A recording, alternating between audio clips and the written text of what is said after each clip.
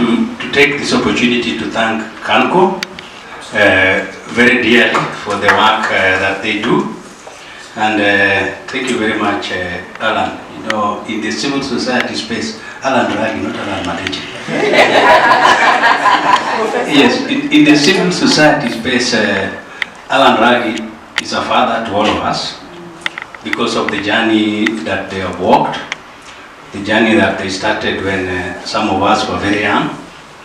And I think because of their mentorship, we are where we are. And we, once in a while, or most of the time, we still ask for their wisdom and guidance as we do our work. And fathers never lie. They will always tell you this is the direction you take. If you want to take the other one, when you knock yourself on the wall, then when they come back, pinch you a bit and tell you now you can take the route. So we have walked that route and we are happy we are here. I'm Philip Nyakwana, a member of the Kenya Coordinating Mechanism for the Global Fund TB, HIV and Malaria, and also the chair of the non-state actors in Kenya. So that's why I think Jack found it very easy to spot me. I didn't want to be spotted. So I also want to thank members of parliament who are in this room with us, members of the civil society who are in this room with us, and government representatives who are with us here, either maybe physically or virtually. It's an opportunity and it's an honor that we don't take for granted as civil society in this country. Jack said I can say something about Global Fund. Global Fund process have been ongoing in this country, and I think we are a very liberal country. We consult widely because we are the country where 15 different constituencies representing different group of people can come, sit together and develop a proposal. But also in those rooms it's not very easy because we have a civil society that you cannot tell jump up and ask you how high. You must convince them why they must jump, how you want them to jump, and what is the benefit of their jumping. So if you cannot explain that, it might not be very good. So I'm happy to say that we have had a very consultative process, and we had a window. Global Fund has windows, so we had a third window, and the third window closes today. That is 21st of August 2023. So as I speak here, in some rooms not far from here, we are uploading the country grant request. So the documents are being uploaded, and you know, Global Fund now with technology, if it reaches 12 midnight, it closes. So it's our prayer that we are not closed out. I'm sure by around 6 o'clock or by the time I'll be from here, when I pass by there, they'll click send and it will go. So for those who are involved, and KANCO was very instrumental in this process through Sylvia was there as part of the writing secretariat. Jack was also there and brought in her expertise around vaccine and such kind of areas, and she was also there. Yes, so people were there. We worked very tirelessly, and we pray that it will give us what we aspire as a country. So Kenya, we also do what is called dual track, that is state and non-state. So that's why the non-state must be represented on the table. And I see KCM, I can also see some members of KCM in this room. Pamela, where are you? Are you there?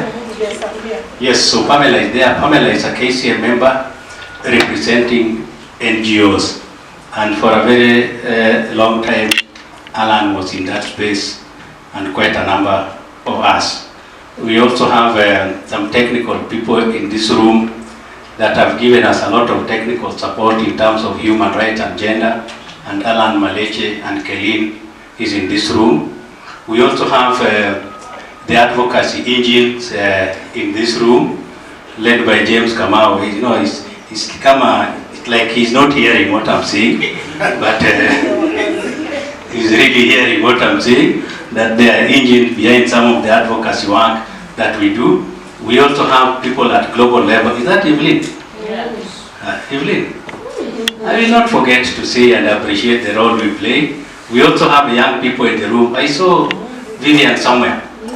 Yes, so I think we are a family that sits together and discuss together. So that's why most of the time, as much as some people may view us as we have gone wrong, but we don't go very wrong. We also must say that in the processes, we were being asked, and the global trustee, they wish Kenya had gone for window one, because we are a country that even recruited PR without any hitch within the shortest time possible, and it was the best. So maybe they'll be sending some people to come and learn from us. So what I'm saying is that the team who are in this room, from members of parliament and the rest, Kenya is a very good team. Work with us, continue working with us, even speed up the work and even add some more. Thank you very much.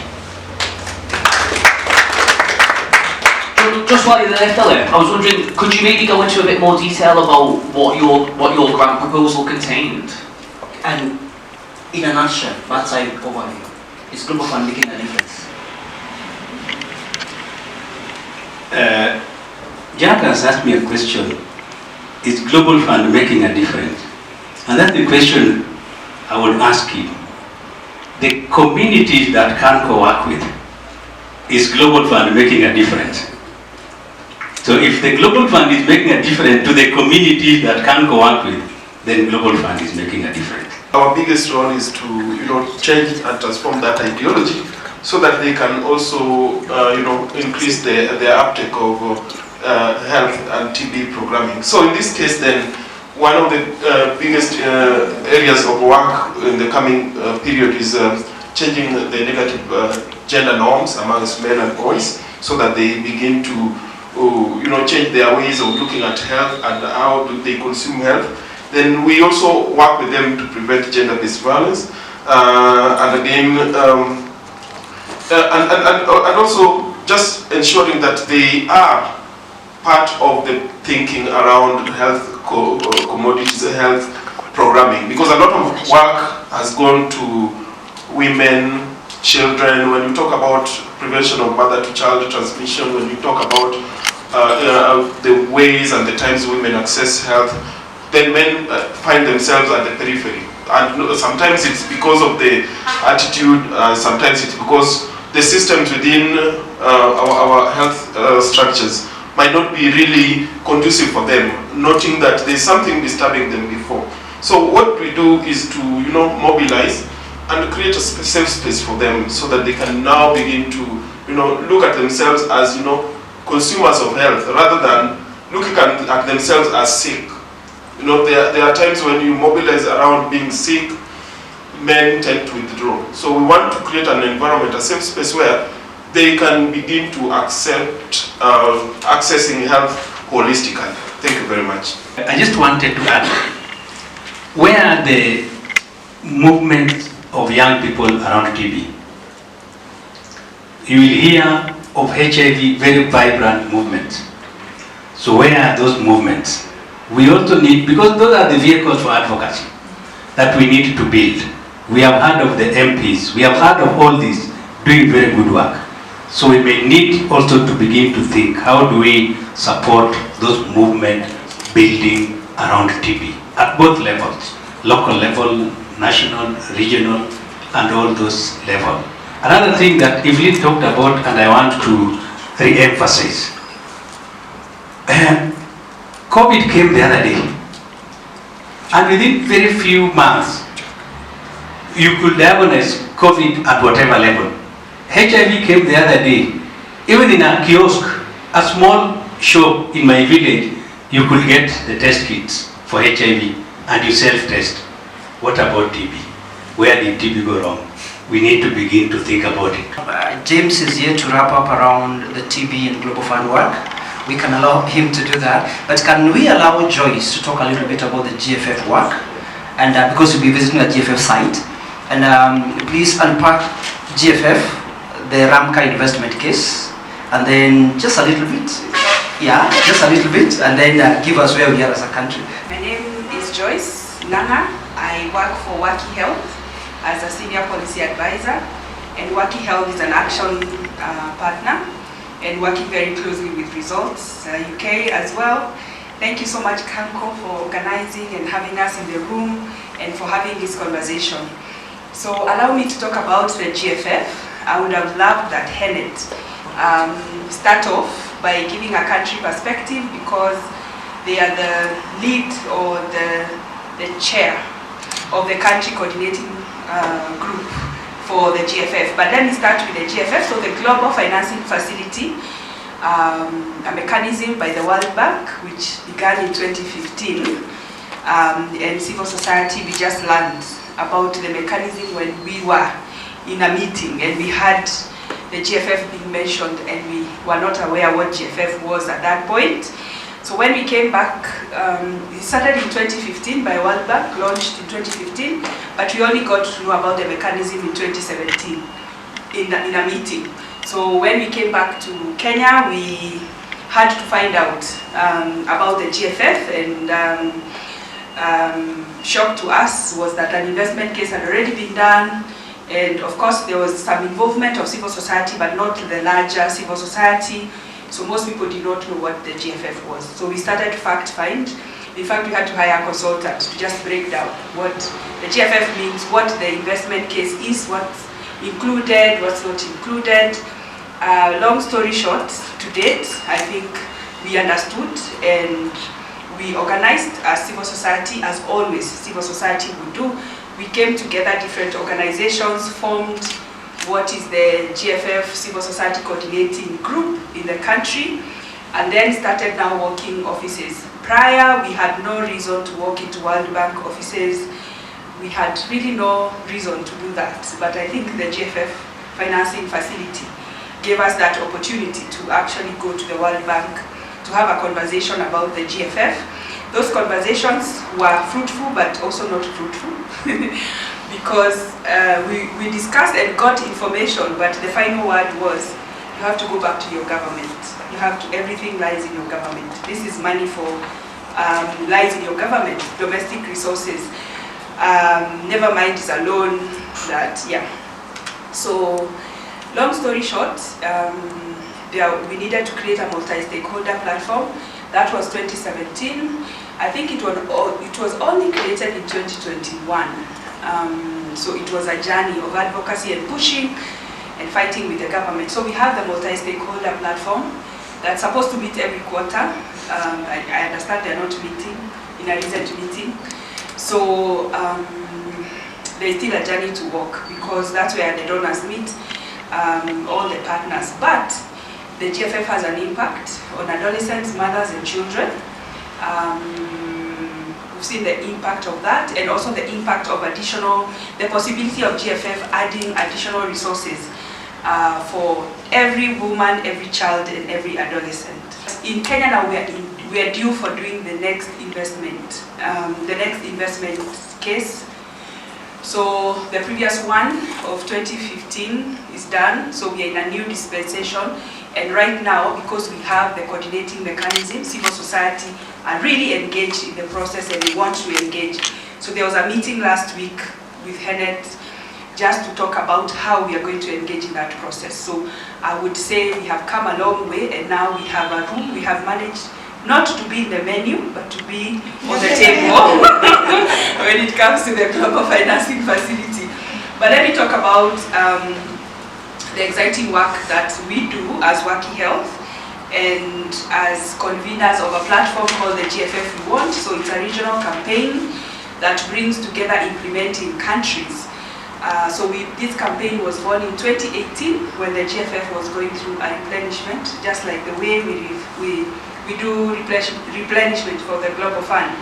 So the GFF did its first in 2018. We launched this campaign called the GFF We Want. It's a regional campaign, brings all the 53 member states or implementing countries supported by the GFF. And so during that time, because there were not 53 countries there, so what we did was to use the experience of the front-running countries to make sure the other countries don't make the same mistakes we did while learning about the GFF. So we were able to build the capacities of other countries that came on board. And the campaign was also supporting the GFF resource mobilization. In 2018, That was successful, and then we have done another resource mobilization in 2021. We did not meet our target, but now the GFF is going through a resource mobilization again this year. The pledging event is in October in Berlin, hosted by Cote d'Ivoire, Germany and Netherlands, those countries. So we are hoping to raise $800 million by then. So what we are doing is writing letters to donor countries, of course to urge them to, to pledge towards the GFF, but also from our end, the GFF One campaign elevates the voices of civil society and communities, and also demonstrates the impact of the GFF in the GFF implementing countries. So we have done 10 analysis of how the GFF is working in 10 countries. We are summarizing that report so that it can give us what we need to take to the GFF One so that they can improve the mechanism, what we can tell our governments, and also now we are using that for resource mobilization. We have a fantastic wall of fame where countries that pledge end up there and the story, impact stories and all that, so we can share all this. Let me stop there and see whether there's a question. Thank you, Joyce. Any question around GFF, sorry?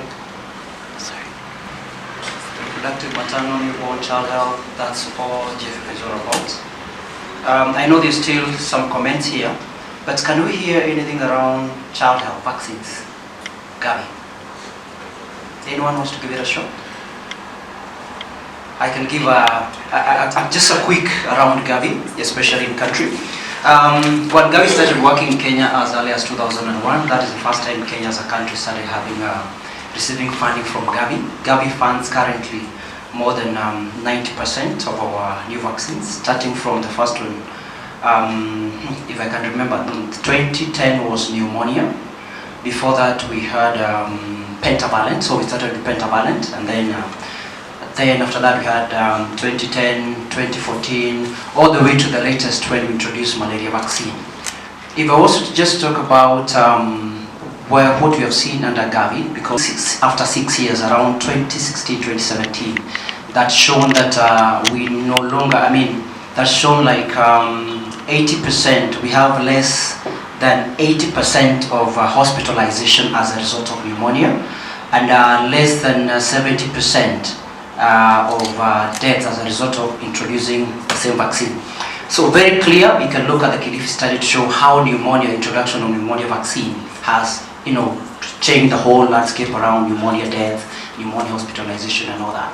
I think we are still working on the malaria vaccine, which I think, like you mentioned, you heard recently, malaria vaccine is more in the western part of this country and the coastal part of this country. Nairobi is not so much a malaria endemic zone, but malaria also is very key because it's a major killer. That becomes a very good combination because Global Fund is supporting on malaria commodities, but Gavi is also supporting under malaria vaccine. Other vaccine that's been supported by Gavi is COVID vaccine was very key, until today has been very key. Evelyn has talked about it as a country. We may not necessarily have had so many COVID-related deaths, but hospitalization in the initial days were quite high. But with the introduction of COVID vaccine, we have managed as a country to easily control COVID. So Gavi has been a key and a major player when it comes to vaccine preventable disease control in this country. And if you had to speak of each of the strands, like the pentavalent, looking at the 4-5 areas, diphtheria, pertussis, hemophilus, it's very difficult to find most of those cases because of continued vaccination. So Gavi is really making a whole difference, and I think also with the introduction of from the shift from oral polio vaccine to an injectable IPV, we're seeing very few cases of polio, especially in the Afro region now. In fact, we're talking about polio elimination. So meaning Gavi has been very, very key in supporting developing countries, Kenya being one of them, in dealing with vaccine preventable diseases and preventing as much as possible. And I'm sure you're aware the UK in the last replenishment invested 1.6 billion sterling pound. So that speaks a lot about, and I'm sure you're likely to get the same story in most developing countries about Gavi's work. It's much more efficient. There could be a few issues here and there. currently where we are. Most developing countries has not had a very strong focus on the zero-dose children. Those children who have not received a single dose, and that would be a very good way to shift the discussion in most developing countries, targeting those children who have not had a single dose of any vaccines, despite the fact that Gavi funded vaccine EPI program, the vaccines are free within the public health facility. That becomes one. The other thing has been mentioned here, our health facility are much more static, they don't reach out to the community. It's more of the health services available come for them. So if we have challenges that the community are not able to go for those services, then there is a gap, and that's the whole aspect around using the community health workers, community health volunteers, organizing outreaches, and making sure that the hospital is also reaching out. It's not a static facility that is waiting for people to come. If they don't come, then you wait for them to get sick, then they come. When they get sick, they come and they get treatment. So that whole aspect that we talked about, community engagement, community mobilization, and making sure that the health facilities are also reaching out to the community, and there's a flow either for prevention or in the worst case scenario treatment. I think there is a whole load we can look at in each of the diseases that are funded under the Gavi vaccine, that we can be able to see a big shift either in terms of child mortality. And now we're no longer talking about just child mortality because it's vaccination across all the cohort because of COVID-19 and all that. So a big difference. There could be a couple of issues, mostly at the country level, but I think Gavi is really doing some wonders. Obviously, I'm conscious of time, so we may be able to have the discussion later, but a few things is sort of what's Gavi's position on the questions of the TB vaccines that we talked about. Secondly, what percentage, you mentioned some children that haven't had any vaccines at all, so do you have any idea of the percentage in Kenya that aren't vaccinated? And thirdly, just as I think everybody in this room will know that after clean water, vaccines are the most impactful public health intervention that you can make. So the fact that the way everything's working through Gavi now, and it seems to be working, I think that's really good news. It's really good to hear that the investment that we're making through Gavi is actually working at a grassroots level in countries like Kenya. Gavi funds the vaccines that are already out in the market. I think the discussion can be, is Gavi willing to invest on R&D? I don't think they're doing that much. Gavi is not investing in research and development, especially for the new TB vaccines that are development. So that could be an interesting discussion to ask why Gavi is not willing. Like for COVID-19 vaccines, the way various donor countries came in and did what we refer to as AMC, Advanced Market Commitment, whereby they're able to put in money for research and development, but then that had the other side, such that once the vaccine are ready, they become a priority first than the others. But Gavi, being a neutral body, would be interested in engaging in. But for the vaccine that are already ready, like we still have the AMC, Advanced Market Commitment for pneumonia vaccine. So, but for vaccines that are development, I am not aware, especially for the TB vaccine and position of Gavi. I think what we might need to look at the Gavi PPC papers that are discussed by the board, whether there's such a discussion, and we can pick it up, I think, from there. We are approximately, for fully immunized child in Kenya, we are at about 88%. We still have about 12% of children who are not fully vaccinated. I talk about children here because we still have a COVID-19 vaccine that the uptake has not been so good. And the dynamics of COVID-19 for most developing countries has been very, very difficult. I think because generally Africa was not affected so much and we did not see so much of deaths as a result of COVID-19. Where we are, and when WHO declared that COVID-19 is no longer an emergency, then it has been even very, very difficult for people to go for COVID-19, and a lot of work needs to be done. But I think in the context of travel, then you might find like everyone in this house is COVID-19 vaccination compliant because they travel a lot. But those who don't travel and they're in the rural areas, then so if you are to look again the statistics for where we are in terms of coverage for COVID-19, to be honest with you, we are not at 50%, and I would imagine Kenya is doing better than some African countries that are even at about 20%. My name is Mary Muya, and I work for NOPE. NOPE is one of the constituents of KANCO since inception, and just like everybody else has said, I think we've grown a lot to understand the space where we stand in, particularly working at the grassroots. We work with adolescent girls and young women, we work with key population, and we also work with farmer groups or smallholder farmers. And this is why it brings my point out that as much as we have experience in controlling disease through the disease-centric approach, at the community and the household level, there is no difference between HIV, violence, climate change, TB, and teenage pregnancies. These are problems that face the household.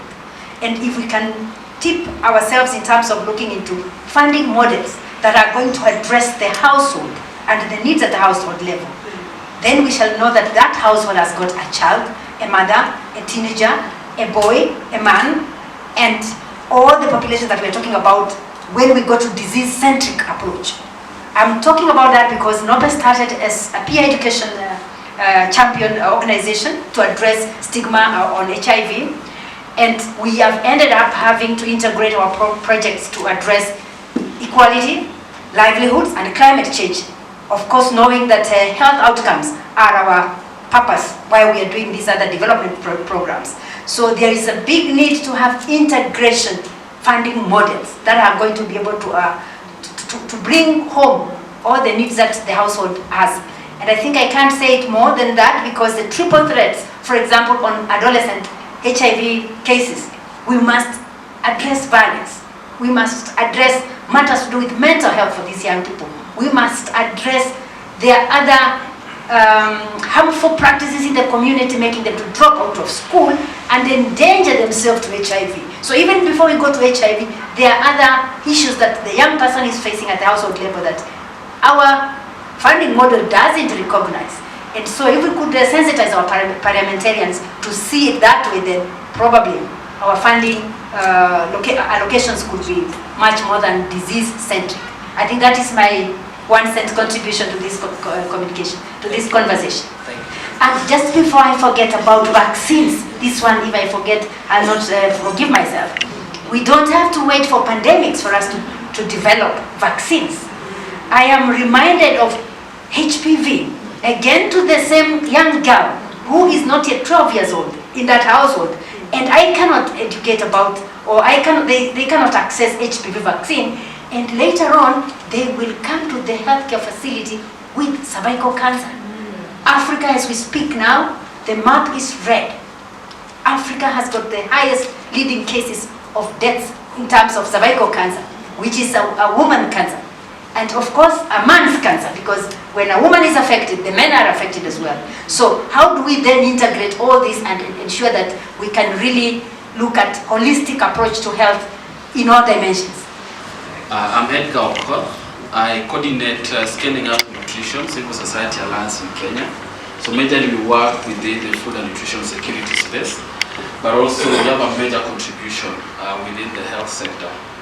Today we were attending a meeting in the morning, and I didn't know this information.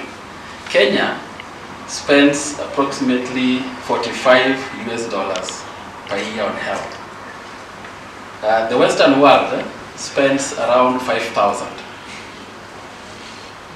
So I think that's where we need to start the conversation. They know prevention is better than cure. But what should they do? Yeah? There's no money. We're spending 45. We need to grow it to 5,000 so that we have options. We don't have options. Yeah? Today, there's people seated somewhere talking about how we need to have more money going to cancer treatment. There are people seated somewhere talking about how we need to have more money going into nutrition. We are seated here talking about how to have more money going into prevention. So you can see how we are pulling towards different directions. But then we are targeting the same legislators. We are targeting the same people. Yeah? Secondly, let's talk about the household. There's a big conflict between going for prevention and having a meal. So which one should I choose? To eat or to go for checkup? Yeah. So we need to cover the basics first. Yeah. So I think we're pushing for this, which is really, really great. But then we need to start asking ourselves these critical questions in terms of the conflicts that are there. The conflict of either having a meal or going for prevention. if in the Western world you spend 5,000, those are very good options. I can walk into a health facility and I'll be checked and I'll tell you good to go. You can do this 1, 2, 3, 4, 5 for your prevention. At least when you go back home, you still have some spare change to do one. But in Kenya, in Africa, we don't have those options. And so I think for us is how then do we have a multi-sector platform? A multi-sector platform whereby we call the cancer guys, we call the HIV guys, we call the TB guys, we call the food security guys, we call all these people and we say we have a limitation in terms of how much the government can raise towards this. How then do we prioritize? Because for you to focus on prevention, it means that curative has got to suffer some setbacks. But we also, all of us, I mean, apart from our visitors, we all live in Kenya, we know how pathetic our health facilities are and how access to medication is. So I think for us is to be able to provide some innovative kind of interventions that will support prevention, but also ensure that we do not compromise on the curative, because the curative is also very much required.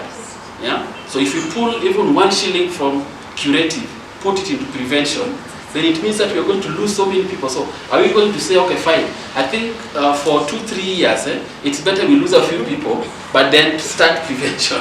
Yeah? So I think that is the conversation that we're going to have. It's a very difficult conversation because we've tried to have it within the nutrition sector. It's a very difficult conversation. But in either way, we must be able to have it and say, let's grow this 45 to maybe 1,000.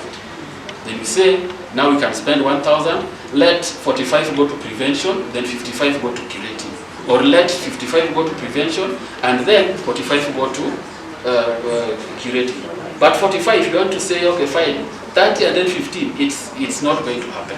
So for me, I think there are very many innovative ways.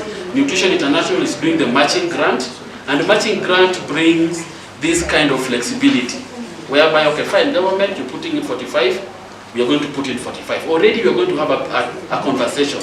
We've grown how much we are spending to 90, or we've grown it to 100, and let's now have 45 going to prevention and 55 going to curative. Lastly, statistics is very critical for us when we have in conversations, especially with government, because that is what will inform policy change, and that is will inform what the politician is. The politician speaks about the numbers. Politics is about game of numbers. So tell them, if you're doing this prevention, this is what your constituents are going to see, and this is how you're going to vote you in. If they analyze whatever you've told them, and they don't see at the end of the day how much votes they are going to get, just forget about that conversation, especially the ones that have interacted with here in Kenya. So I think let's also really invest in how we analyze whatever we're talking about. If you're saying that now TV is nowhere to be seen, let us analyze it and give it numbers. That, then we're going to have a meaningful conversation. So for me today, I was really challenged. I didn't know that we're spending $45 per year onto health. I think that has given me enough statistics to be able to engage meaningfully in terms of how then do we grow this 45 to maybe 1,000. Then now we can have the conversation of prevention is better than cure. Otherwise it will remain an adage that we talk about year in, year out, and we never see it change within our lifetime. And, and even just training others in the community, wherever you are, just create awareness like crazy. If you can't find them, then you can't treat. So we need to find the cases, then we are able to treat. Yeah, another thing is that with this current grant, the Global Fund grant, we've been able to, as I said earlier, that we are working with the government. And with the government, they can even take 100%. So our work is to continue pulling and pushing. You've also experienced it. I'm so sorry about that. They are never around, so we don't want to be on the menu, we want to be on the table. So like right now, even it's been very engaging this time round, so which means that we are growing, and maybe the members who are around can say, because we really involved other people who were what are the communities saying? Hey, they didn't understand this here, we need to we need to go back to the community so that our voices are actually heard, and what we want is actually put in the writing, in the proposal. Yes, and I'm very grateful for KANCO here, and even for Stop TB, for Hennet, and the other community members. They are like, we will do whatever it takes. We can take some tea and just work on this issue, TB. Why are we getting less? Let's even put ourselves in that proposal. Why are they just putting community health volunteers, we call them promoters now? Can we now have our TB champions also in there being recognized by the government? And they were like, no, you can't put other champions. So we said community health promoters, so that we are there. Everyone, the spirit of leaving no one behind. So that we also have the mentor mothers in there, the peer educators, and that actually came from the communities. So that engagement, I find that this time round we've been growing, and our issues are actually there. I worked with Alan for a long time. I worked with Action. I've interacted with the resort for quite a long time. Yeah, and I'm the bearer of the good news. Are you ready to hear the good news? Yes. Yeah. Most of the speakers have talked about what is not going right. And I'm going to talk about what is going right. And I'm going to respond to the question that Jack asked. Are we making a difference? There's a huge difference. I've been in the TB landscape for about over 10 years. And I've seen the transformation that has happened. And I'll talk both in terms of numbers, the human rights space, and even engagement of stakeholders. First of all, the first good news is that Kenya is one out of the only 7 countries that have managed to meet the 2020 and 2022 Sustainable Development Goals. And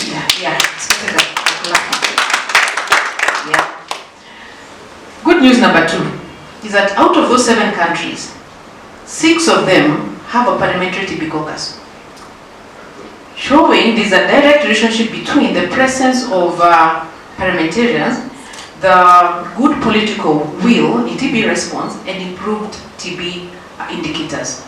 And that calls for encouragement of more countries to engage more parliamentarians. Okay. Yeah, so the indicators that we have managed that have placed us in that position is, 1, we have been able to reduce TB-related mortalities. In 2019, we were losing about 30,000 people per year. Right now, we are down to 21,000. That's a whole 10,000 drop in mortalities.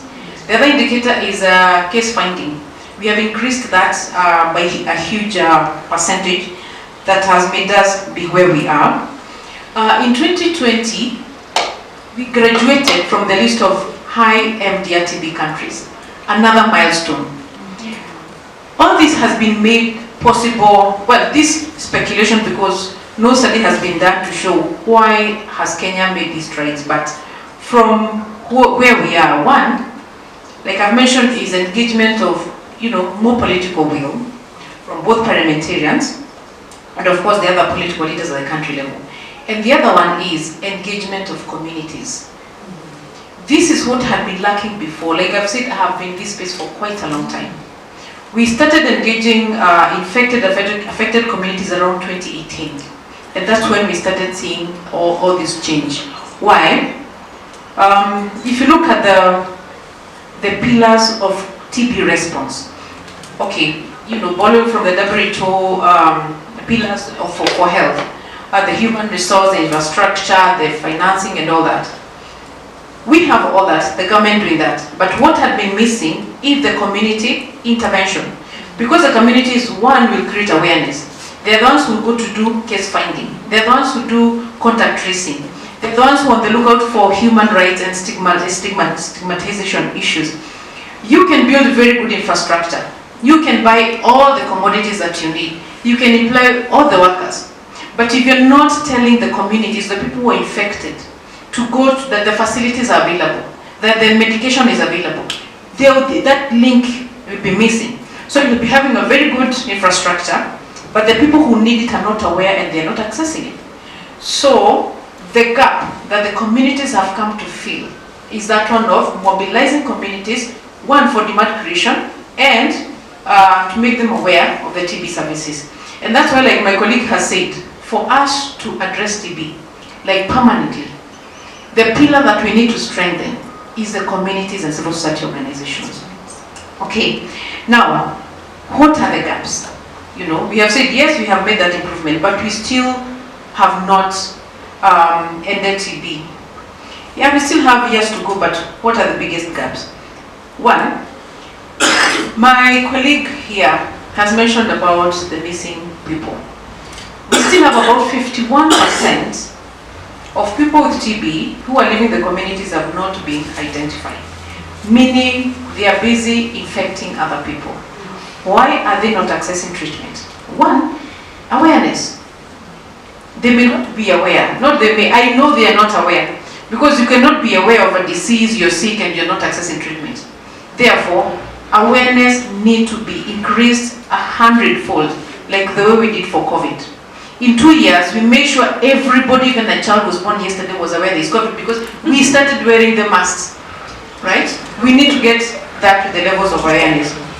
Secondly, human rights and stigma. TB remains more stigmatized than HIV. Many people may not believe that. Reason being, if I have HIV, there is nothing to show you that I have HIV. But if I have TB, I will lose weight, I'll start coughing. And because it is transmittable just through a cough, anytime I cough, people run away. I'll lose my job, I'll be isolated. So we really need to address stigma. And how do we address it? More awareness. When COVID came, COVID was more stigmatized than any other disease. But within 6 months, we stopped the stigma. Here in Kenya, if you coughed, by the way, you could have been arrested. That's how bad it was. Yeah.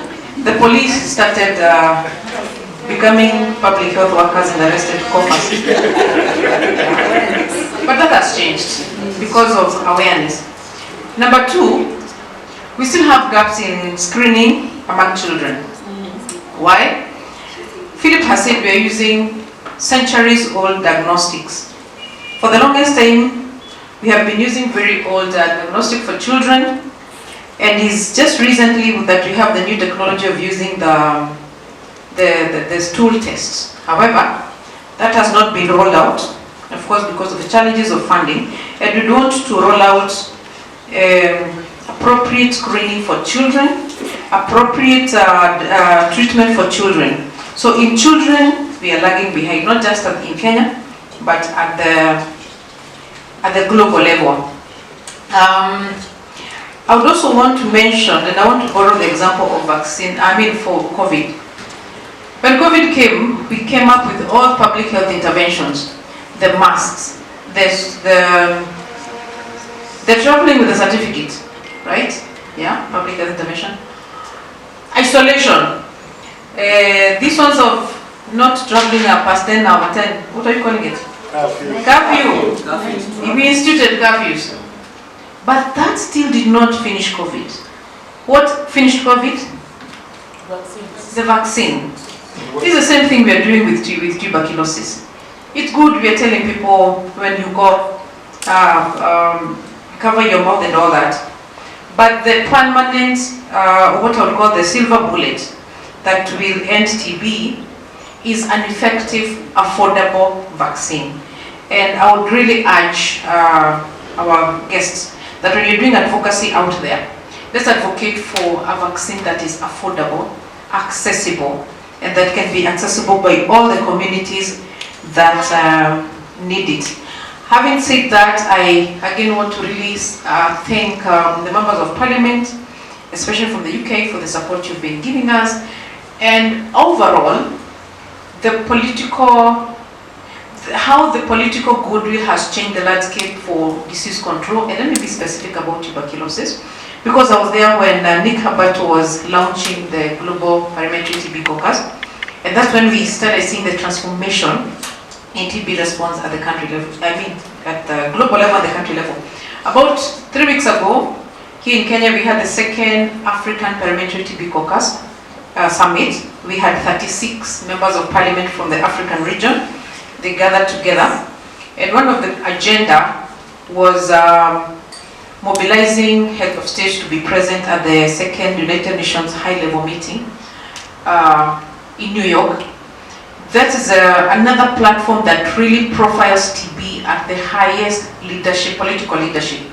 And that's why we also continue urging the members of parliament to ensure that they are present, because of the importance of implementing the declaration and the commitments that will emerge from that meeting.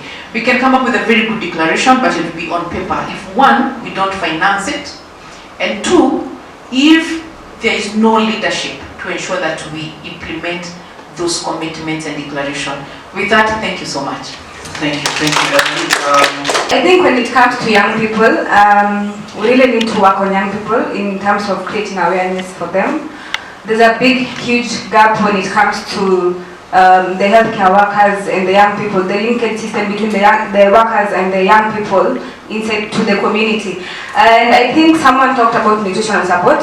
I think we have young mothers who are normally, they are maybe on treatment for tuberculosis, and maybe getting the access to nutrition support will be a plus for them. Evelyn has just talked about finding the missing cases. These young mothers have children and maybe they have TB. So maybe for instance, I am a young mother and I have TB, or I have TB, both TB and HIV. So you'll find like I won't take the tuberculosis drugs, being that I don't have that nutritional support just to have to take the TB drugs and the ART drugs at the same time. And I think another point would be we don't have tailored services. Yes, in terms of maybe we should be getting the youth-friendly services amongst us, or even the support groups. That will be a plus for us to bring back the young people who are on medication to come and talk about the challenges they undergo and how maybe we can come out with issues, or how we can come up with the solutions on how to prevent them not to go and reinfect the other people. My name is Vivian. I'm a TB champion. I'm representing young people from the network of TB champions. And I am the team leader for Nairobi County TB Champions. It's one of my big things that if you've got a healthy community, you have a healthy workforce, and you don't spend all money on the curing them. But sadly, in the UK, we're a long way from accepting that theory. So perhaps we can learn from you on that. My name is Joy Kirutimi. I work for Nutrition International, and thank you, KANCO, for inviting us to this discussion. I just felt that I need to speak into prevention, because I think that is the space that we work in as Nutrition International. And I think one of the key challenging part is actually convincing, even especially the government, in terms of investing in nutrition, because it's not really tangible, but it's some of the communication strategies that we use. So I think I would want to share briefly some of the effort we've tried to do, because we say this is a sharing forum, and be able to see what we can be able to put in even more to be able to strengthen that part. We have a model where we are trying to do resource mobilization within the government itself. And what we do is that when we support the plan for nutrition prioritization, because that has been a very big challenge within the government to prioritize nutrition within their own budget. So you find you are very limited resources, but at the same time the government is not prioritizing that nutrition within their own budget. So in this model, we say that if we do matching fund, we say if you put 10 million for nutrition in prevention activities, we'll match the same. So we start with a lot of advocacy, because it's not easy. We know as technical team, we know what needs to be done. But when it gets to budgeting, when you got the senior leadership team, if they don't understand why nutrition is important, they're never going to put it in the budget. So we need to convince them first that this is an investment. If we don't invest in nutrition, then there are many other things you're going to lose, even in terms of the economical part of it. My name is Joanne Manjiru. I am an advocate for the professions. I work for an organization called Next Generation Lawyers Kenya. We offer technical, legal, research and advocacy support to different partners in the health space. And I think mine is just to reiterate what many people have said in terms of making a case for increased investment in, interventions that look at removing legal and human rights barriers in health programming. And I will finish by just giving an example of a case study that is Kenyan specific.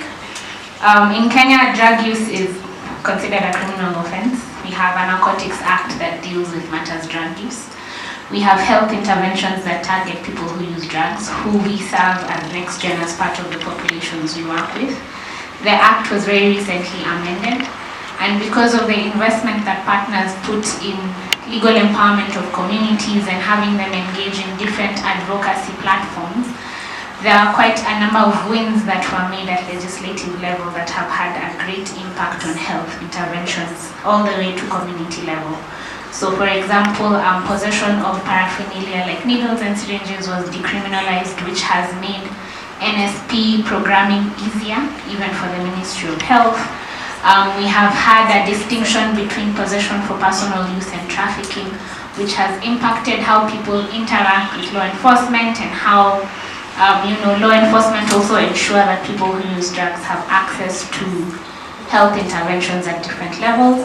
So mine is just to reiterate that even as we're talking about different health interventions that are ongoing, legal and human rights interventions are complementary of the work that we do here and can actually pave the way to make sure some of these interventions are able to be done better.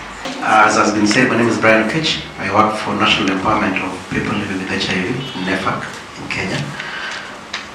I just want to wrap it up and say that Global Fund has really done a lot.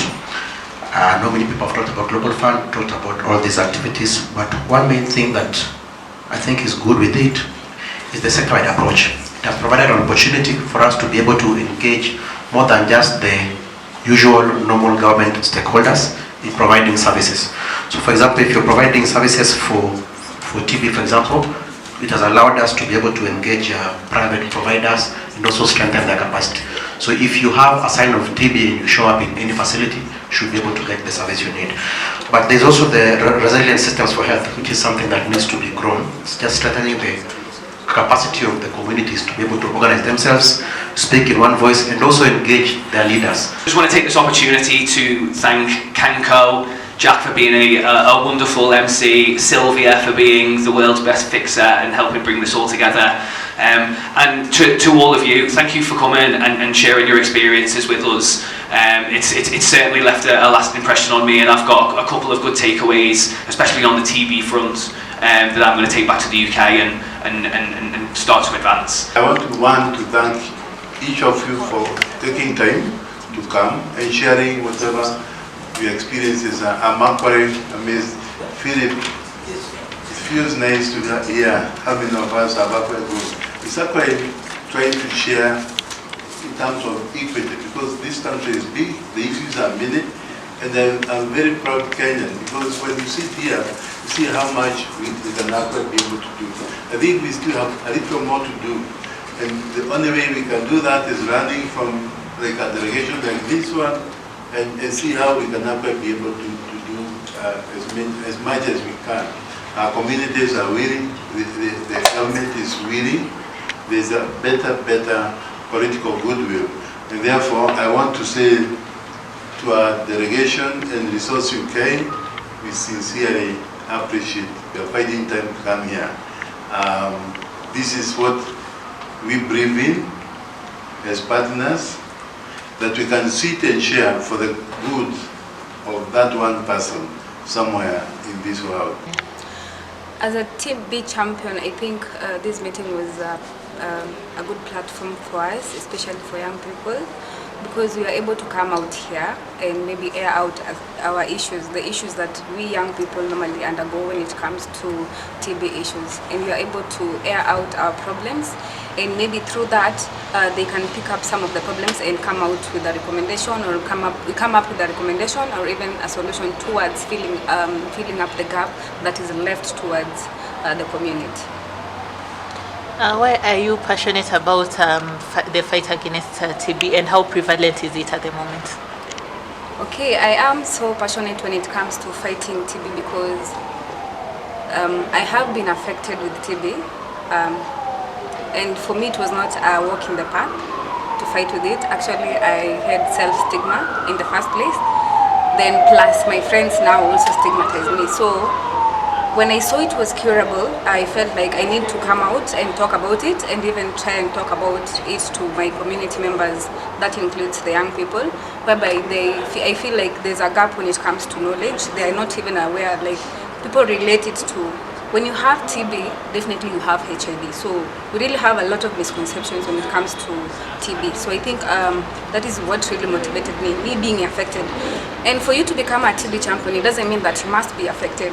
You can be affected. You can be affected, yes, but you can also be infected.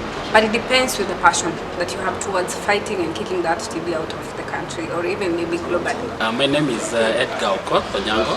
I currently coordinate SAN CSA. SAN CSA is Scaling Up Nutrition Civil Society Alliance, and this is a coalition of over 400 organizations spanning from international, national and community-based organizations. 80% of our membership is from the community. We have a footprint in all the 47 counties, and we work majorly within the food and nutrition security space, but also support in terms of policy, advocacy, and also domestic resource mobilization. The function that we've attended here today, thanks to KANCO and Result UK, is bringing us, and we are able to have a conversation between parliamentarians, especially the caucuses, and also the voices of the civil society.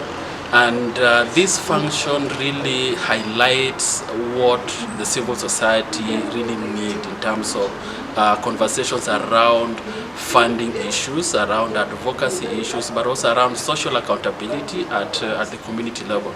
This kind of visits will also spur and encourage our own parliamentarians, especially our parliamentary caucus for food security and nutrition that we currently have and is operational at the national level, but also in some of the counties.